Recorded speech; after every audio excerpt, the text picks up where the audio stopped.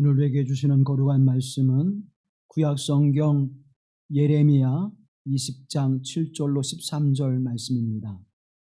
예레미야 20장 7절로 13절 말씀을 받들어 읽을 때에 거룩하신 하나님의 음성을 들으시기를 간절히 기원합니다.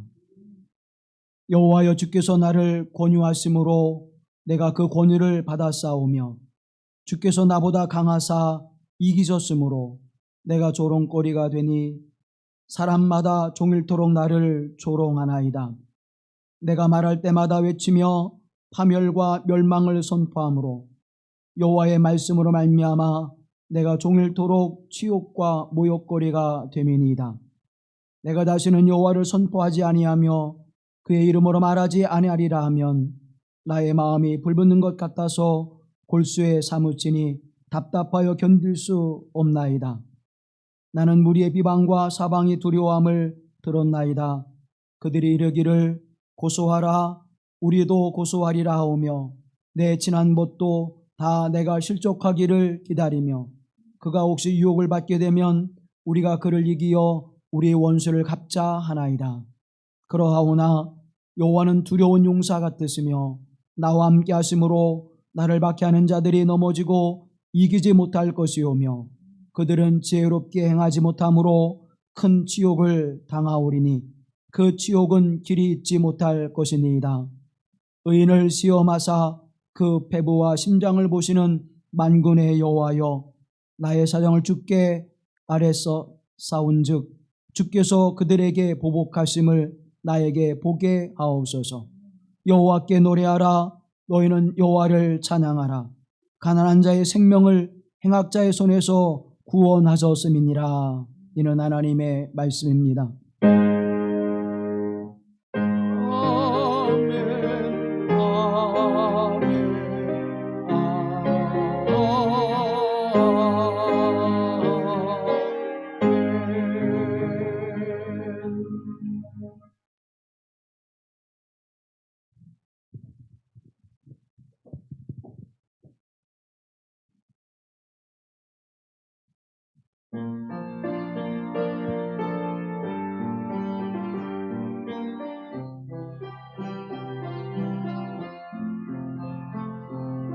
십자가를 바라보며 눈물 지는 그들으로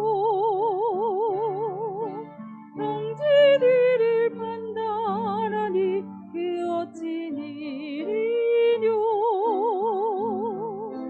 주님을 사랑한다 고백하는 그 입술로 불평하고 원망하니 그 어찌 일이뇨. 주님을 닮아라, 주님을 닮아라. 내 안에 계신 주님 닮아라. 주님을 닮아라, 주님을 닮아라. 날 위해 죽으신 우리 주님, 살아계신 하나님을 믿는다고 하면서도 한숨 지며 원망하니 그 어찌 일이뇨. 저 천국을 향하여서 걸어간다 하면서도 주 뜻대로 가려하니 그 어찌 일이뇨. 주님을 닮아라, 주님을 닮아라. 내 안에 계신 닮아라.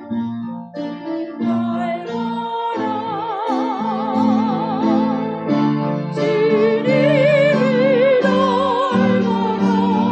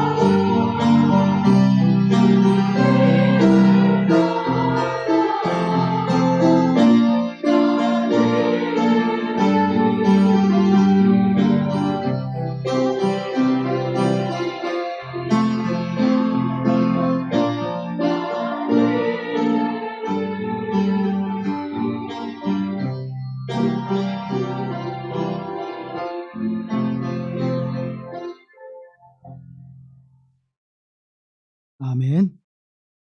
우리 주 예수 그리스도의 은혜와 평강이 우리 가운데 함께 하시기를 간절히 기원합니다. 1912년 경북 의성 원당이라고 하는 곳에 한 젊은 선교사가 파송을 받습니다. 그녀의 이름은 마그다 엘리자베스 콜러라고 하는 분이었습니다. 스웨덴 출신으로 구세군 교회에서 이제 선교사로 한국에 파송을 받은 독신 여인이었습니다. 젊은 나이였고 그리고 척박한 땅, 시골이었지만 복음을 위해서 그녀는 하나님의 사랑과 십자가의 복음을 가지고 사랑하는 사람들에게, 만나는 사람들에게 많은 그의 헌신과 그의 사랑을 나누어 줬습니다. 열심으로 그들을 섬겼고 또 그들을 위해서 복음을 전했고 또 그들을 위해서 봉사를 했습니다. 그런데 그 이듬해에 장티푸스가 걸리게 되어지고 급하게 가마를 타고 대구에 있는 동산 기독교 병원에 입원하여서 치료를 했지만 결국 세상을 떠나게 되어집니다. 그녀의 나이 26이었습니다. 먼 스웨덴이라고 하는 곳에서 들어보지도 못하고 만나보지도 못했던 이 땅에 와서 그리스도의 사랑과 복음을 전하기 위하여 헌신한 삶을 살았던 한 여선교사의 삶을 바라보면서 사람들은 이렇게 생각할 것입니다. 하나님께서 그 먼 곳에서 복음을 위하여 보내셨는데 고작 1년 정도밖에 복음을 증거하지 못하고 하나님이 불러가시는 이유는 무엇일까? 참으로 안타까운 일이었으며 또 많은 사람들은 의아하게 생각을 했을 것입니다. 그러나 그녀의 아름다운 삶과 복음을 위한 헌신의 삶의 모습은 그 지역과 그리고 지방의 많은 사람들에게 감동을 주었습니다. 이 여선교사님의 삶을 옆에서 지켜봤던 이들은 그 삶에 감동을 받았고 이제 그 자녀들의 이름을 그녀의 이름을 따서 지어줄 정도로 그녀의 그 삶은 짧지만 많은 사람들에게 큰 발자취를 남겼습니다. 마그다 엘리자베스 콜러라고 하는 그 이름을 한국식으로 고윌라라고 이렇게 이름을 지었는데 그 고윌라라고 하는 뒤에 이름을 따서 그의 자녀들의 이름을 김윌라라고 이렇게 지은 분이 있었습니다. 이분 또한 구세군 사관으로 하나님 앞에 부부가 복음을 전하기 위하여 사명을 감당했던 분인데 그분의 자녀들 가운데 목회자가 나오고 또 한국신학대학교의 구약학 교수로 계셨던 장일선 박사라고 하는 분이 이제 그 자녀 중에 한 분이었습니다. 코엘이라고 하는 선교사를 통해서 짧은 인생이었지만 하나님의 교회가 든든히 세워지게 되고 복음이 증거되어지게 되고 그를 본받는 많은 사람들을 통해서 하나님 앞에 목회자로 헌신하고 또 신학자로 세워지는 놀라운 일들이 열매로 맺혀졌습니다. 한 선교사의 순교의 삶이 주변의 많은 사람들에게 감동을 주었을 뿐만 아니라 많은 사람들에게 주의 종으로 헌신하게 하고 또 목회자가 되어지고 신학도가 되어지고 순교의 열매가 맺혀져 하나님의 거룩한 복음의 역사를 이뤄내는 열매가 되었습니다.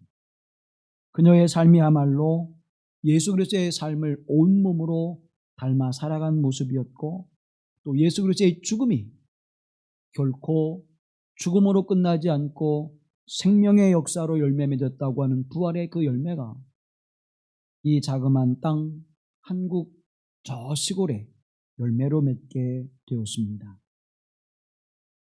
사랑하는 여러분, 그러면서도 우리는 그런 생각을 갖게 되죠.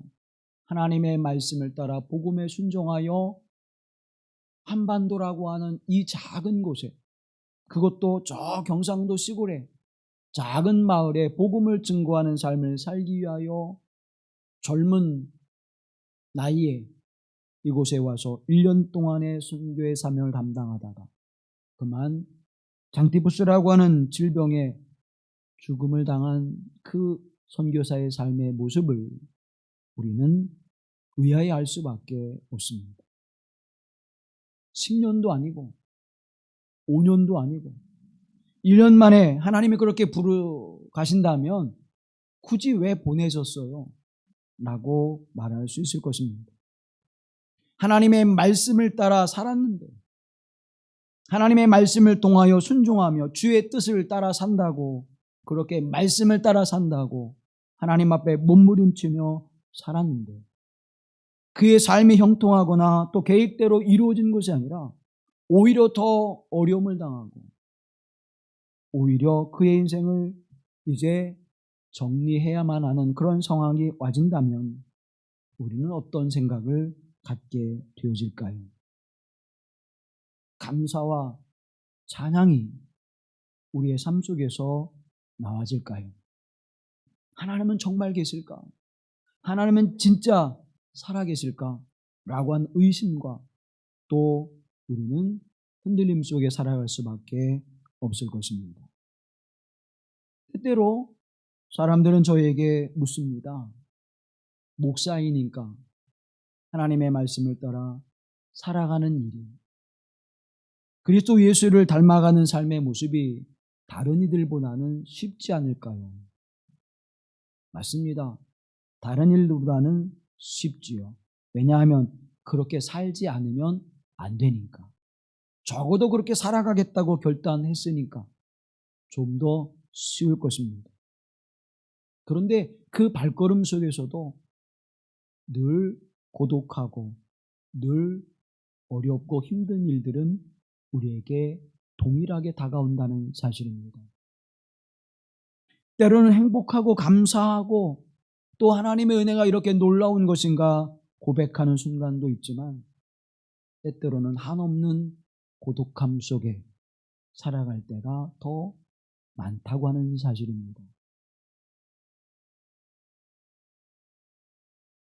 그러한 어려움과 고난이 올 때 우리는 어떠한 삶의 자리에 있어야 될까요? 그와 같은 모습은 나에게만 주어지는 모습일까요? 왜 하나님 나에게는 이렇게 혹독한 길을 걷게 하실까?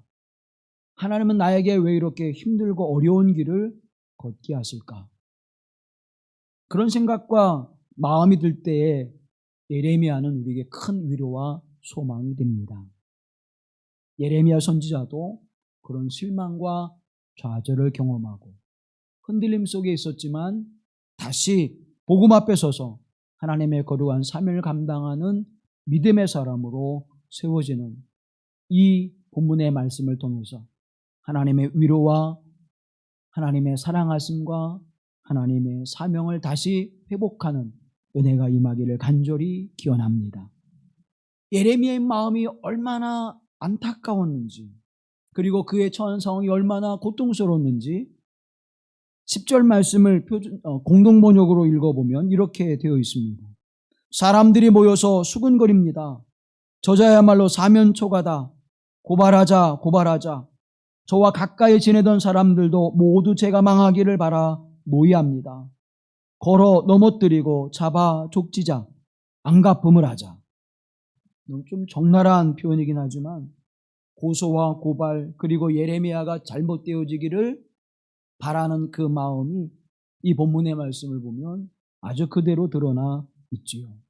사면초가가 되어지는, 사방으로 두려움과 염려와 걱정이 둘러싸여진 인생의 모습을 살아가는 예레미야 선자의 모습을 보게 됩니다. 망하기를 기원하는 사람들이 그 주변에 가득했음을 우리는 보게 되어집니다. 사면초가다라고 하는 말씀은 히브리 말로 마르got 미사빔이라고 하는 뜻인데, 마르got 미사빔, 사방에 어려운 일로 둘러싸여 있다, 그런 뜻이에요. 사면초가다, 그런 말이죠.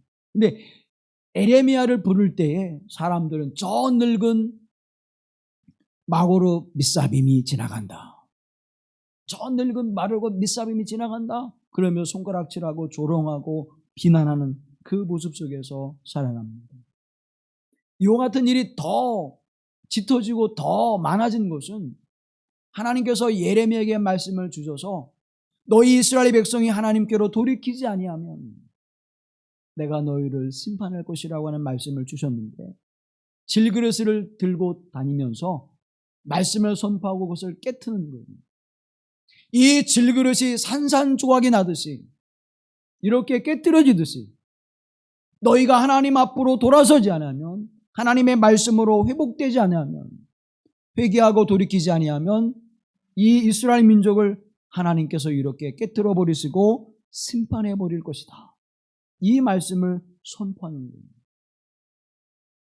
그러니 이 말씀을 받는 그들이 주여 우리를 불쌍히 여기소서, 우리가 하나님 앞에 범죄하였나이다 하고 돌이키는 것이 아니라, 가뜩이나 지금 정치, 경제, 사회적으로 불안한데, 애굽은 지금 점점 약해지고 바벨론은 점점점 강성하여지면서 그 틈바구니에 있는 이스라엘이 어떻게 해야 될지를 모르고 우왕좌왕할 때, 사회적으로, 정치적으로, 경제적으로 혼란스러울 때에 예레미야 선지자가 와서 야, 걱정하지 마라, 하나님께서 우리 민족을 지켜주실 것이다, 하나님께서 우리의 민족에 평화를 주실 것이다, 그렇게 선포하는 것이 아니라 돌아서라, 돌이키라, 바알의 숭배에서 돌이키라, 아사레 목상의 숭배에서 돌이키라, 우상의 숭배에서 돌이키라, 그렇지 아니하면 하나님께서 심판해 버릴 것이다 라고 선언할 때에 예레미야 선지자를 기쁨으로 받아들이는 사람들은 없었을 것입니다. 가장 가까이 벗을 하고 함께 지냈던 사람들마저도 예레미야 선지자를 향해서 곧 망하게 되기를, 곧 그가 위협에 처하기를 그렇게 고소하고 고발하는 모습을 가지고 있었습니다. 그러한 상황 속에서 성전의 총감독으로 있은 바스올이라고 하는 사람이 예레미야를 잡아다가 성전에 가두게 됩니다. 더 이상 혼란스럽게 하고 사람들에게 위협을 가져다주고 불안하게 하는 예레미야 선지자를 잡아 가두지요. 이 바솔이라고 하는 사람은 어떤 사람인가 하면 많은 백성들로부터 추앙과 존경을 받는 사람이었습니다. 또 시드기야 왕으로부터 총애를 받는 제사장이었습니다. 유진 피터슨 목사님이 쓴 주와 함께 달려가리다라고 하는 책에서 보면 이 바스올을 이렇게 묘사하고 있습니다.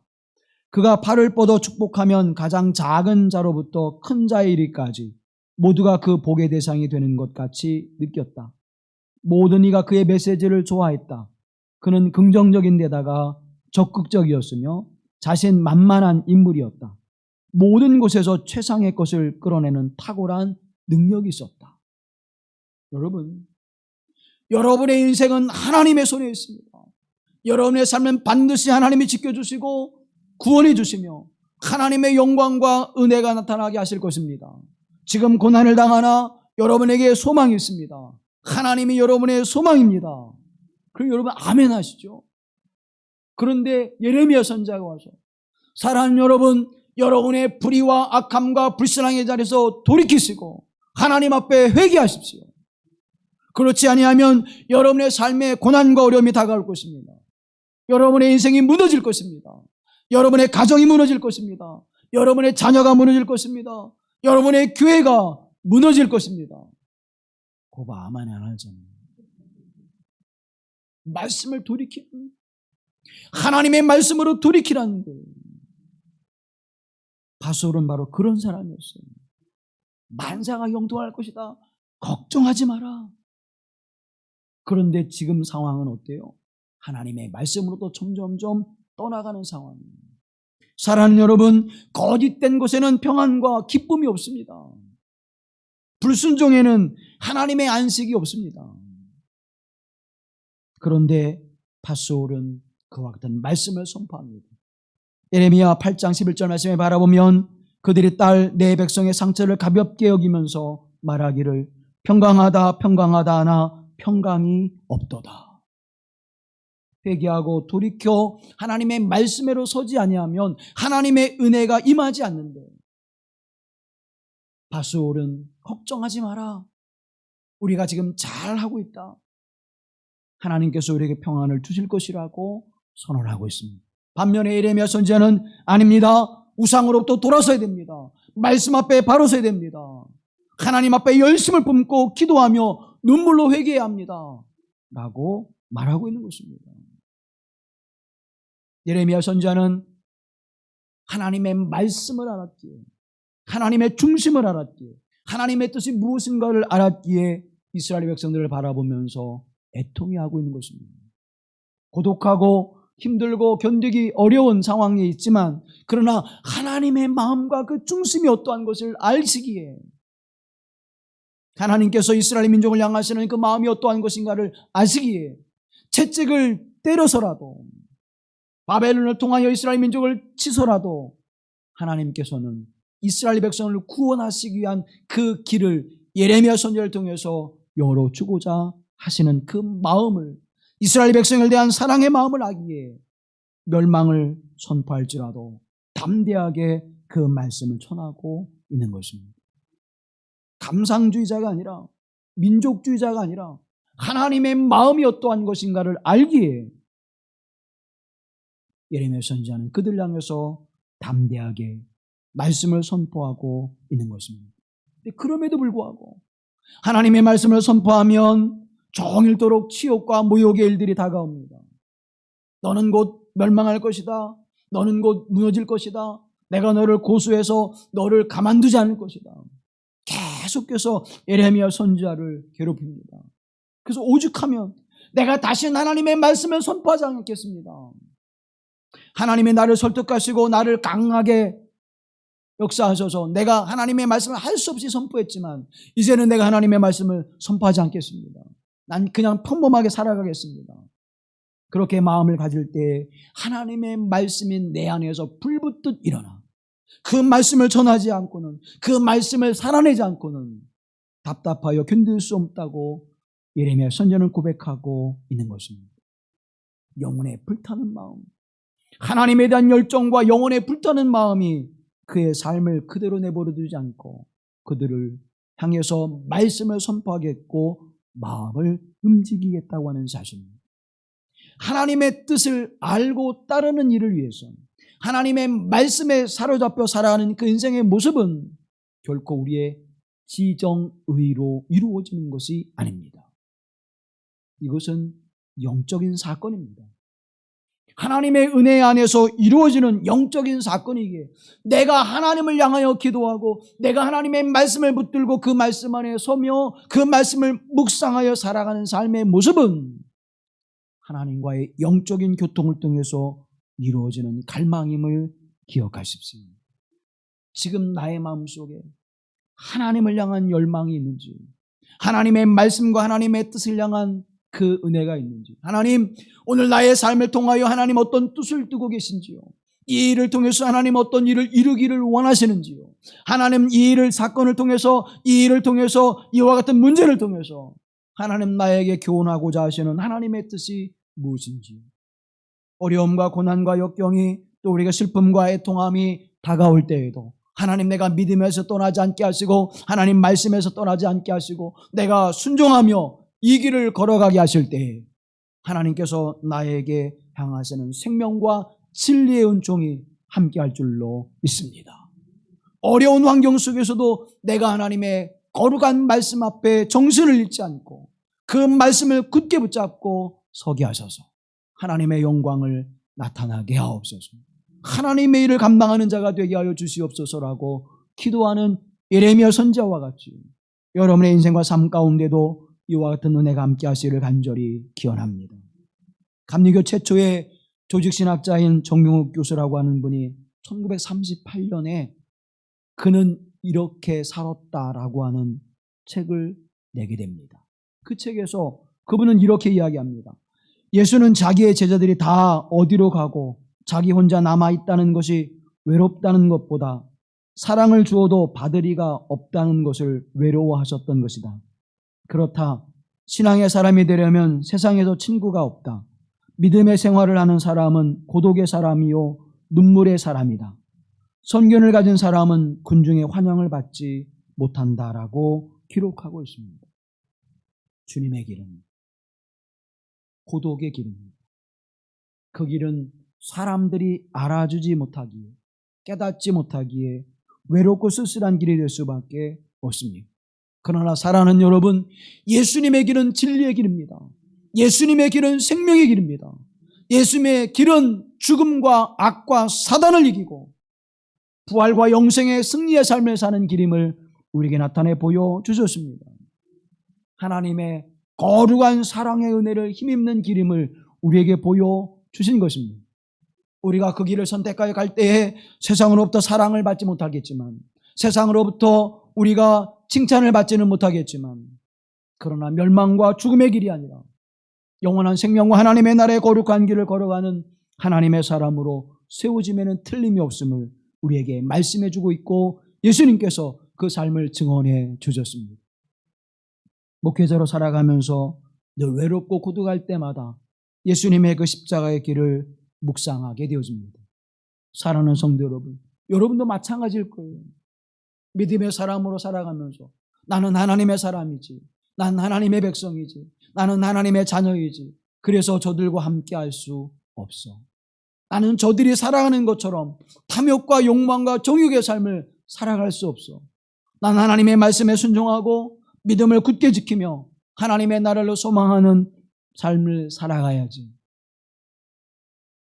사랑할 수 없는 자를 사랑하게 하신 하나님, 용서할 수 없는 자를 용서하게 하신 하나님, 섬길 수 없는 자를 섬기게 하신 하나님, 나눌 수 있는 마음이 생기지 않는 자에게 나눔의 삶을 살아가게 하신 하나님, 그 누구도 그 길을 걷지 않지만 나는 하나님의 은혜 안에서 내가 그와 같은 은혜를 입었사오니 내가 주의 길을 따르겠습니다.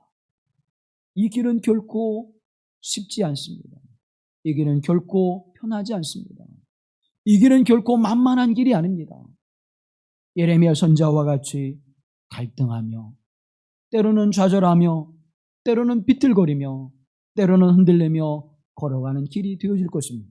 그런데 그럼에도 불구하고 예레미야 선지자는 하나님의 맡겨진 그 거룩한 사명을 온전히 감당해 냈습니다. 그것을 극복해 냈습니다. 어떻게 그가 그와 같은 길을 걸어갈 수 있었을까요? 오늘 9절 말씀에 우리에게 이렇게 말씀하고 있습니다. 함께 보시죠. 내가 다시는 여호와를 선포하지 아니하며 그의 이름으로 말하지 아니하리라 하면 나의 마음이 불붙는 것 같아서 골수에 사무치니 답답하여 견딜 수 없나이다. 아멘.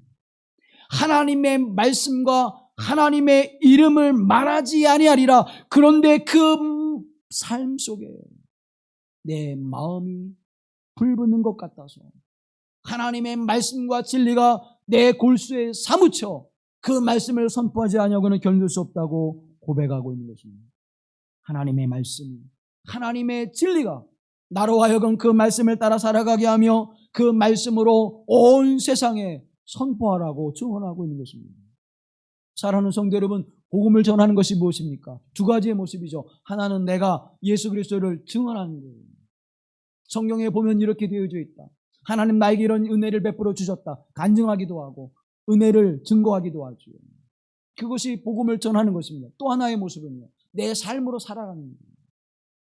사랑의 삶을 살아갑니다. 헌신의 삶을 살아갑니다. 나눔과 섬김의 삶을 살아갑니다. 아, 저 사람은 예수 그리스도의 사람이 맞아. 예수쟁이가 맞아. 예수의 사랑을 가지고 사는 사람이 맞구나 라고 삶을 어떻게 해요? 보여드는 거예요. 바로 그렇게 살아갈 수 있는 힘은 어디에 있습니까? 하나님의 말씀에 있습니다. 하나님의 말씀과 뜻이 무엇인지를 알고 그것을 향한 열정이, 그 말씀을 지켜내지 않으면, 그 말씀에 순종하지 않으면 견딜 수 없는 마음이 있기에 그 말씀에 순종하고 하나님의 말씀을 따라 살아가는 은혜가 있게 되어지는 것입니다.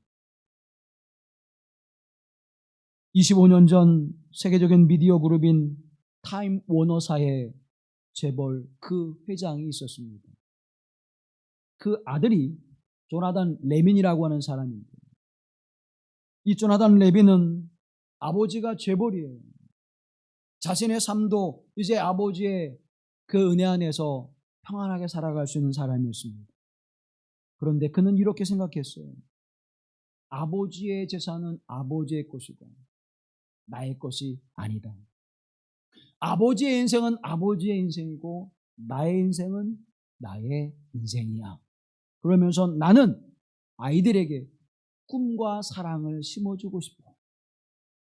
그러면서 그는 할렘가인 브롱스의 테프트 고등학교라고 하는 곳에 가서 영어 교사를 시작합니다.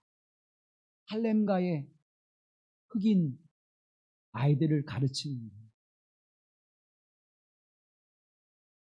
그들의 삶이 넉넉지 않았습니다. 가정이 없는 아이도 있었고 도박하는 아버지 밑에서 폭력을 일삼는 아버지 밑에서 마약에 취해는 어머니 밑에서 그렇게 자라나는 아이들이 학교를 다니고 있는 거예요. 거기에서 그들을 진심으로 그들을 섬기고 그들에게 복음을 전하고 그들에게 사랑을 베풉니다. 그러던 어느 날 자신의 집의 이야기를 잠깐 내비쳐요. 우리 아버지가 어느 회사의 회장이고 우리 집은 이런 집인데 그러나 나는 내가 선택한 꿈과 희망을 가지고 살아가니까 너희도 그 꿈과 희망을 가지고 살아가라고 그들을 권면해주고 그들에게 힘을 실어줍니다. 근데 그것을 들었던 한 아이가 그 집에 들어가면 많은 돈이 있을 줄 알고 밤에 그 집을 털러 들어갑니다. 그리고 조나단 레빈을 살해하고 그가 가지고 있었던 카드를 가지고 도망 나와요. 그런데 은행에 가서 그 카드를 가지고 돈을 찾아보니까 잔액이 그리 많지 않았어요. 재벌의 아들이니까 많은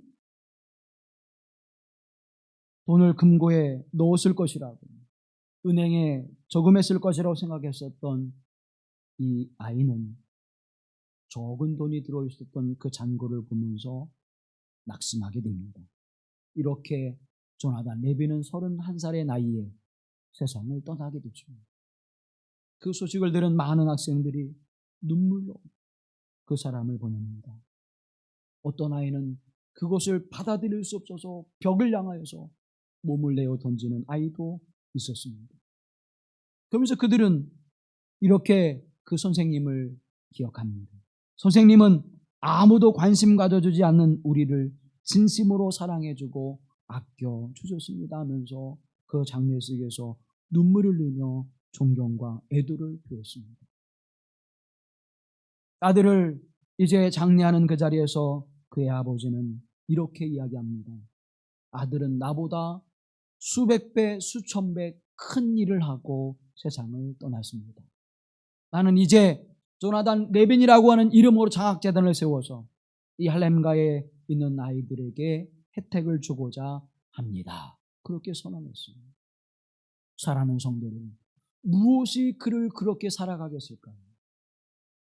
그의 마음속에 있는 진실한 사랑이, 그 마음속에 있는 진리를 향한 열정이 그 어려움과 고난의 삶 속에서도 그를 견디게 했던 것입니다. 오늘 여러분의 삶 속에 하나님의 말씀과 진리가 있어 어떤 어려움과 고난과 역경이 내게 다가올지라도 하나님 앞에 선함과 의로움과 진실함으로 내가 살아가겠습니다. 하나님 기뻐하시는 성령의 열매를 맺으며 회개에 합당한 열매를 맺으며 빛의 열매를 맺으며 착함과 의로움과 진실함으로 하나님 앞에 내가 살아가겠습니다. 결단하며 그 길을 묵묵히 걸어갈 때 하나님의 말씀과 그 진리의 말씀을 붙들고 하나님 앞에 살아갈 때 우리에게 주는 모든 역경과 환난을 극복하고 하나님 앞에 바르게 서게 될 줄로 믿습니다. 두 번째는 11절에 말씀합니다. 함께 보시죠. 그러하오나 여호와는 두려운 용사 같으시며 나와 함께 하심으로 나를 박해하는 자들이 넘어지고 이기지 못할 것이오며. 아멘. 하나님은 용사 같으시며 하나님은 나를 고난과 어려움과 역경에 처하는 이들을 주께서 넘어뜨리시는, 나를 박해하는 자들을 넘어뜨리시는 힘이 계시는 하나님, 나의 능력이 되신 하나님, 그 하나님이 우리 하나님 되심을 믿습니다. 사랑하는 성도 여러분, 여호와는 나의 목자시니 내게 부족함이 없으리로다. 나를 푸른 초장에 누우시며 맑은 시냇가로 인도하시는 하나님 되심을 믿지 않습니까?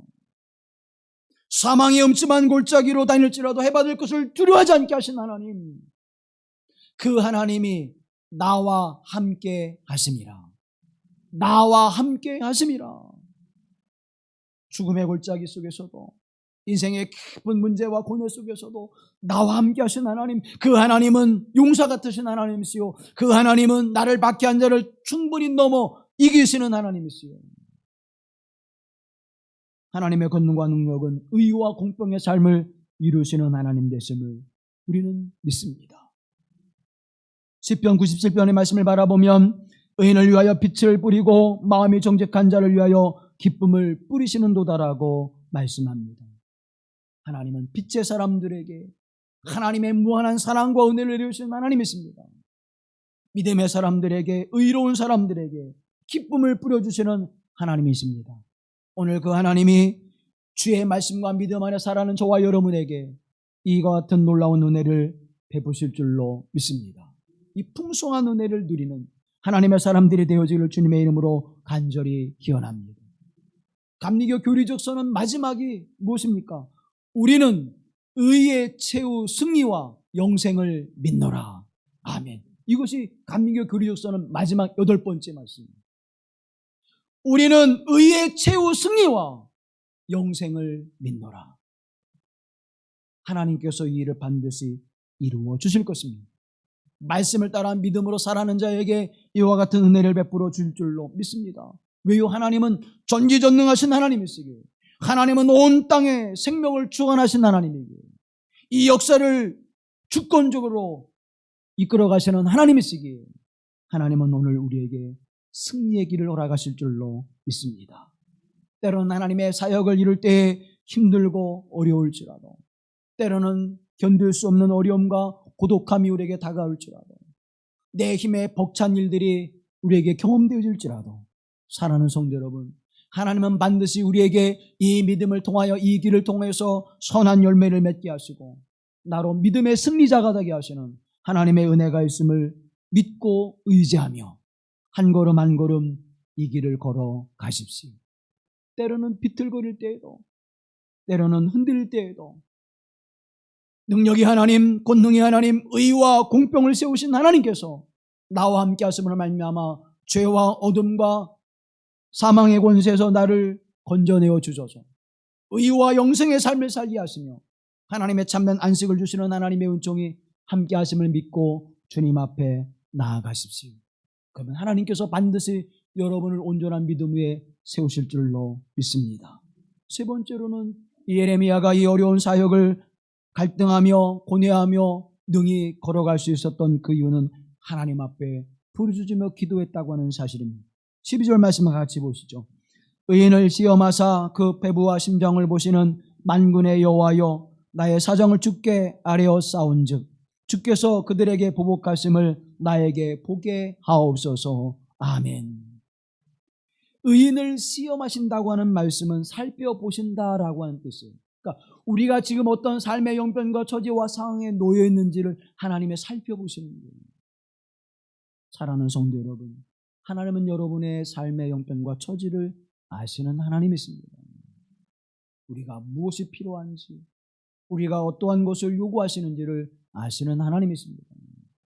그 하나님이 우리를 살펴보셔서 주께 나의 사정을 아뢰오면 주께서 우리를 박해하고 핍박하는 자들을 보복하여 주셔서 하나님의 그 크신 은혜로 우리를 이겨나가게 하시는 힘을 주시는 하나님. 사랑하는 성도 여러분, 하나님 앞에 아뢰십시오. 주께 아뢰었사오니 주께서 나를 박해하는 자들과 나를 핍박하는 자들과 나를 조롱하며 멸시하는 자들을 하나님께서 멸하여 주셔서 우리로 승리하게 하신 하나님의 역사를, 살아계 하신 하나님의 영광을 바라보게 하시는 은총이 우리에게 함께 하심을 고백하고 있는 것입니다. 사랑하는 여러분, 예레미야 선지자가 이스라엘 백성을 향해서 눈물을 흘리면서 슬픔의 길을 걸어가면서도 이 사역을 감당할 수 있었던 것은 하나님의 마음을 알았던 것입니다. 하나님의 뜻이 무엇인가를 알았기에 그 심정으로 이스라엘 백성들 향해서 말씀을 선포하셨던 것입니다. 돌아서지 아니하면, 돌이키지 아니하면 이들은 멸망을 당할 수밖에 없고 하나님의 심판을 받을 수밖에 없는 자들인데, 나를 통하여 이 말씀을 선포하실 때 그들을 깨닫게 하시고 돌이키게 하셔서 그들을 구원하고자 하신 하나님의 사랑하심이, 하나님의 은혜가 무엇인지를 알았기에 예레미야 선지자는 그들을 향해서 끊임없이 말씀을 선포했던 것입니다. 마치 이와 같은 것은 예수님께서 예루살렘을 바라보시면서 내가 암탉이 병아리를 그 가슴에 품듯이 이스라엘 백성들을 품고 예루살렘을 품으려고 했는데 너희가 끊임없이 거절함으로 말미암아 내가 이렇게 애통해 한다고 하는 예수님의 말씀처럼 그들에게 사랑과 은혜를 베풀고 용서와 나눔의 삶을 살아갈지라도 그들이 받아들이지 않음으로 말미암아 고독한 인생의 길을 걸어가는 예레미야 선지자의 모습은 오늘 우리의 모습이지 않을까요? 하나님의 거룩한 사역을 감당하기 위해서 애쓰고 힘쓰고 동분서주하면서도 그 누구도 알아주지 않고 협력하지 않고 돕지 않지만 그래도 하나님 나를 통하여 그것을 보게 하시고 나를 통하여 그 사건을 듣게 하시고 나를 통하여 그것을 알게 하셔서 나로 말미암아 기도하게 하시고 내 마음속에 공일한 마음을 갖게 하시고 내 마음속에 자비한 마음을 갖게 하시고 내 마음속에 그를 위하여 애통한 마음을 주셔서 내가 그를 위하여 기도하게 하신 하나님, 내가 그를 위하여 나누게 하시고 사랑하게 하시고 섬기게 하신 하나님, 내게 주신 하나님의 사역을 감당케 하신 하나님, 그것은 내 마음이 아니라 하나님의 마음인 것입니다. 그래서 하나님, 내가 하나님의 사역을 감당합니다. 하나님의 교회에 주어진 사역을 내가 내 생명을 다하여 이 사명을 감당합니다. 사랑하는 성도 여러분, 이 은혜로 하나님의 일을 감당하십시오. 이 은혜로 하나님의 사명을 이루어가십시오. 이 하나님의 은혜로 여러분에게 주어진 이 믿음의 삶을 살아가십시오.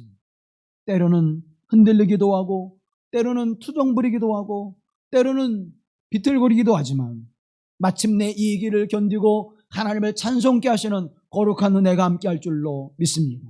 13절 함께합니다. 여호와께 노래하라. 너희는 여호와를 찬양하라. 가난한 자의 생명을 행악한 자의 손에서 구원하셨음이니라. 아멘. 여호와를 찬양하라는 거예요.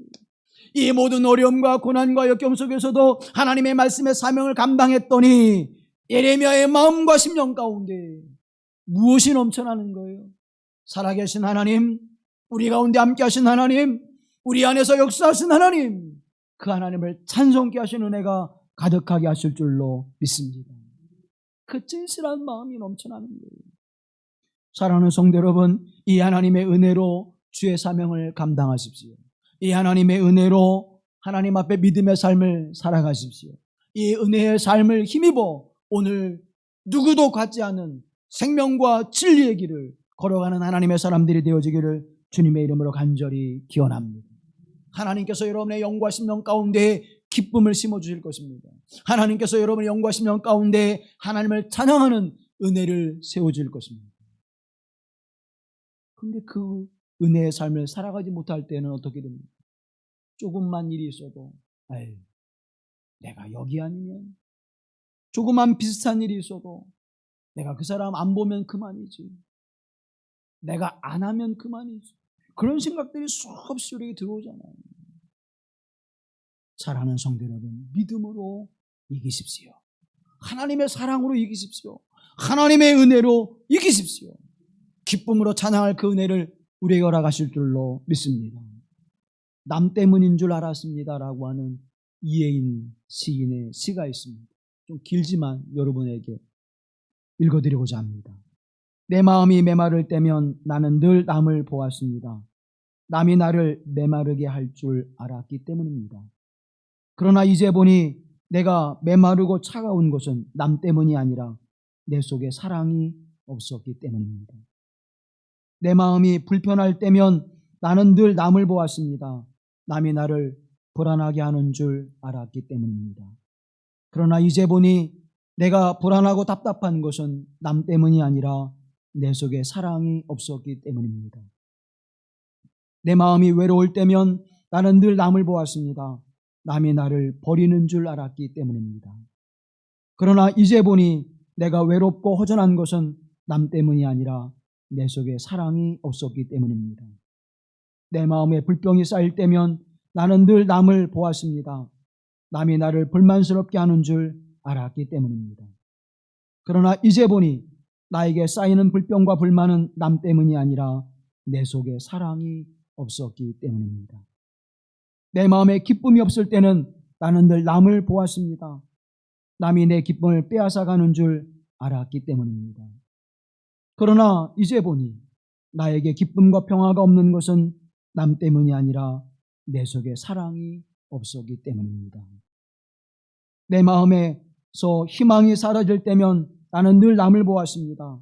남이 나를 낙심시키는 줄 알았기 때문입니다. 그러나 이제 보니 내가 낙심하고 좌절하는 것은 남 때문이 아니라 내 속에 사랑이 없었기 때문입니다. 나에게 일어난 모든 부정적인 일들이 내 마음에 사랑이 없었기 때문이라는 것을 알게 된 오늘, 나는 내 마음 밭에 사랑이라는 이름의 씨앗 하나를 떨어뜨려 봅니다. 사랑하는 여러분, 삶의 역동성이 떨어지고 있습니까? 삶의 생동감이 없습니까? 삶의 활기가 없습니까? 믿음의 삶을 살아가는 일에 기쁨이 없습니까?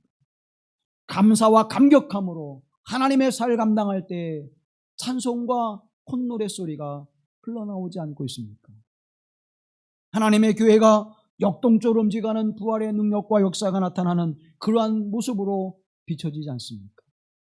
여러분의 가정과 삶이 행복과 기쁨의 은총으로 충만하여 살아가는 삶의 은혜가 여러분의 삶 가운데 경험되지 않고 있습니까? 이제부터 하나님의 사랑의 씨앗을 심으십시오. 하나님의 말씀의 씨앗을 심으십시오. 하나님의 진리의 씨앗을 심으십시오. 그것이 여러분으로 말미암아서 하나님의 영광과 역사를 이뤄내게 하실 줄로 믿습니다. 하나님의 성령의 충만한 은총이, 하나님의 은혜의 풍성한 은혜가 나에게 활기찬 생동감 있는 삶을 살아가게 할 뿐만 아니라 우리의 믿음과 신앙 가운데서 하나님의 넘치는 은혜로 말미암아 이 사역을 감당할 때마다 기쁨이 넘쳐나게 하실 줄로 믿습니다. 하나님의 은혜가 충만한 사람이 가슴이 뜨거운 것입니다. 하나님의 성령이 역사하시는 사람이 말씀의 진리로 뜨겁게 타오르는 것입니다. 내가 뜨겁지 않으면 그리스도의 사랑의 뜨거운 사랑을 전할 수가 없는 것입니다. 내가 하나님의 복음의 생명을 경험하지 않으면 그 복음을 전할 수가 없는 것입니다. 하나님의 사랑과 은혜로 충만하여 영적인 하나님의 사람, 영의 능력을 가진 믿음의 사람이 되어지길 간절히 소망합니다. 그저 종교 생활을 하는 종교꾼으로 전락하지 마시고, 그저 신앙생활을 하는 교인으로 전락하지 마시고, 예수 그리스도의 참된 제자로 살아가는, 하나님의 참된 백성으로 살아가게 하시는, 하나님의 자녀로 살아가는 은혜가 함께 하실 간절히 기원합니다. 이제 이번 주말에 우리는 한가위 명절을 맞이하게 됩니다. 여러분, 그 가정과 가문에 무엇을 심기를 원하십니까? 거룩한 불씨를 심으십시오. 거룩한 하나님의 말씀의 씨앗을 심으십시오. 그러면 여러분의 가정과 삶이 풍성해지고 여러분의 삶이 복되며 여러분의 가정과 가문이 하나님의 영광을 드러내게 하시는 기쁨의 은총으로 충만하게 될 줄로 믿습니다. 매일매일 매 순간순간마다 거룩한 주의를 하나님 앞에 지키며 이 믿음의 공동체에 나올 때마다 거룩한 불씨를, 생명의 불씨를, 구원의 불씨를, 사랑의 불씨를 심는 하나님의 사람들이 되어서 때로는 비틀거릴지라도 때로는 흔들릴지라도 그러나 하나님 앞에 그 은혜의 삶을 통하여 꿈과 사명이 있는 거룩한 길을 기쁨으로 걸어가는 하나님의 사람들이 되어지기를 주님의 이름으로 기원합니다. 자비로우신 아버지 하나님, 오늘 우리 가운데 함께하여 주셔서 하나님 앞에 때로는 비틀거리며 가끔은 흔들릴지라도 낙심하거나 좌절하거나 실망치 않게 하시고 주의 말씀으로 주의 거룩한 은혜 안에 주께 부르짖음으로 하나님의 오시는 성령의 충만한 은총과 역사하심으로 이 믿음의 길을 온전히 걸어가게 하옵소서. 하나님께서 반드시 우리로 주의 거룩한 이름을 찬송케 하시고 의의 최후 승리를 주시는 은혜가 함께 하실 줄로 믿습니다. 이 믿음의 길을 걸어가는 하나님 백성 되게 하시고 그 기쁨의 은혜로 충만케 하소서. 오늘 내게 주어진 하나님의 사명을 감당할 때마다 선한 열매가, 생명의 열매가, 구원의 열매가 맺혀지게 하옵소서. 우리를 구속하신 예수 그리스도의 이름으로 기도하옵나이다. 아멘.